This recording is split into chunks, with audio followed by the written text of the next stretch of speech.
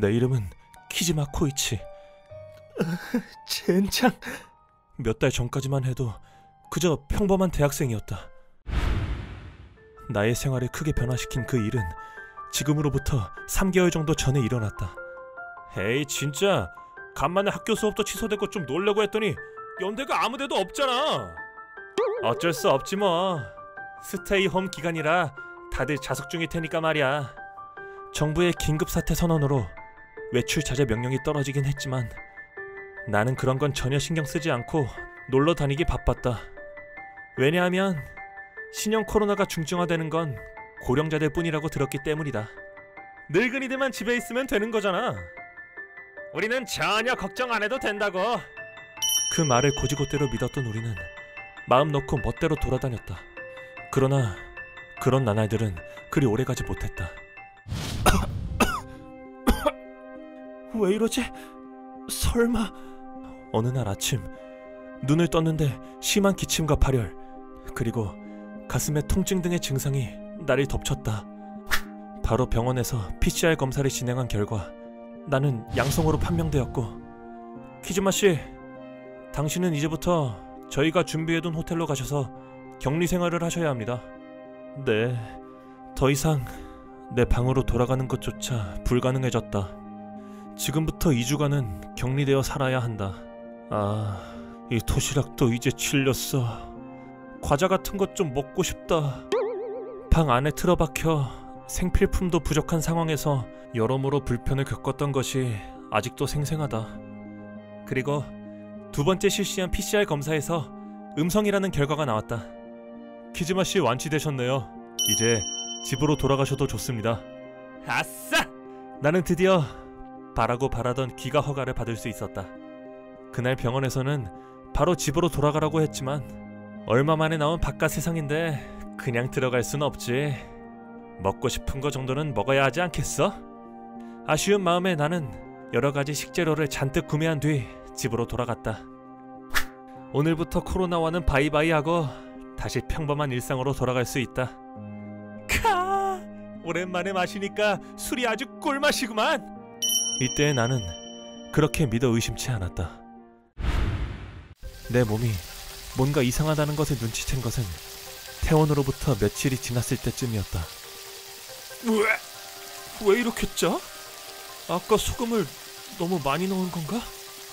어느 날 직접 만든 요리가 무심코 소리내 얘기할 만큼 짜다고 느껴진 것이다. 직접 만든 거라서 혹시나 조미료를 계량할 때 실수한 걸로 생각했지만 컵라면도 도시락도 너무 짜서 먹을 수가 없잖아. 대체 어떻게 된 거지? 즉석식품, 컵라면, 반찬 가게 도시락 등 입에 넣는 모든 음식의 맛이 너무 강하게 느껴졌다. 그렇게 퇴원 후 일주일이 되었을 쯤 여러 가지 증세가 내 몸을 엄습하기 시작했다. 왜 이러지? 몸이 너무 무거워. 일주일 정도 지나자 이상할 정도로 하루 온종일 축축 처지는 권태감이 느껴졌다. 이제까지 아무렇지 않게 웃으며 오르내리던 계단도 어떻게 된 거지? 고작 계단 좀 올랐다고 이렇게 힘들 리가. 몇 계단을 좀 오르는 것만으로도 숨이 턱 끝까지 차서 심장이 빠르게 뛰기도 했다. 내 몸에 일어나는 변화들이 무서워 술로 잊어보려고 했지만 캔맥주를 절반도 마시지 않았는데도 불구하고 완전히 만취해버렸다. 그리고 무엇보다도 내가 가장 놀랐던 것은 샤워를 할 때 머리카락이 뭉텅이로 후두둑 빠져버리는 것이었다. 혹시 코로나가 다시 도진 건 아닐까 싶어 보건소에서 검사도 받아봤지만 음성이네요. 아, 그런가요? 돌아오는 건 음성이라는 답변뿐. 그래서 찾아오게 된 거예요. 저 혹시 다른 병에 걸린 건 아니겠죠? 그렇군요. 나는 지푸라기라도 잡는 심정으로 병원에 찾아가 의사에게 사정을 설명했다. 그 의사의 대답은 전혀 생각도 하지 못한 것이었다. 키지마씨, 당신의 증상은 코로나 후유증의 가능성이 높아 보입니다. 후유증이요? 그 단어를 들었을 때 나는 머리를 한 대 세게 맞은 듯한 충격을 받았다. 코로나는 폐질환이잖아요. 그런데 대체 왜 이런 후유증이 나타나는 거예요? 완치하신 환자분들에게 여러 가지 증상이 나타나는 현상은 전 세계에서 확인되고 있습니다. 그런 건 들은 적이 없었다. TV에서는 항상 젊은 사람들은 증상이 가볍다고 말했기 때문에. 코로나의 후유증은 내가 겪은 증상에 더해 미열, 식욕 부진, 미각 상실 등 여러 가지가 존재한다. 아직까지 알려진 치료법은 없고 시간이 지남에 따라 나아지는 것도 있는 반면 4개월이 지나도 회복되지 않는 것도 있다고 한다. 의사의 말에 따르면 후유증은 코로나 바이러스에 의해 혈액세포가 파괴됨으로 발생하는 장기들의 기능 저하 또는 면역 체계가 과잉 반응을 일으키는 면역의 폭주 현상이 원인이 아닐까라고 생각되어진다고 한다. 후유증 중에는 다리에 혈전이 생겨 오른쪽 다리를 절단했다는 사례도 있다. 코로나는 혈관 쪽에도 영향을 끼치는 것이다. 다리를 절단한다니 그런 젊은 사람들은 괜찮다고 분명히. 신형 코로나는 젊은 사람들에게 위험성이 더 낮다거나 그런 건 없습니다. 모든 사람에게 똑같이 위험한 질병입니다.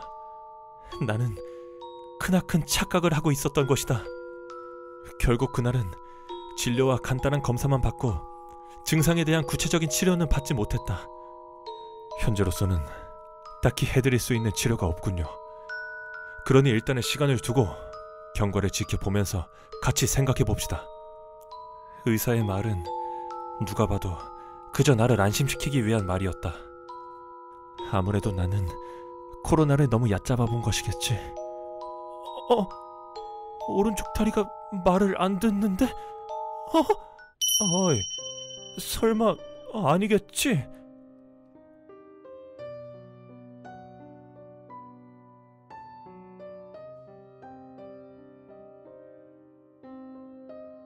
휴먼버그 대학교에서는 인간이 버그를 일으켜버린 순간의 사건들을 여러분들에게 소개하고 있습니다. 예전 영상들도 꼭 한번 보시길.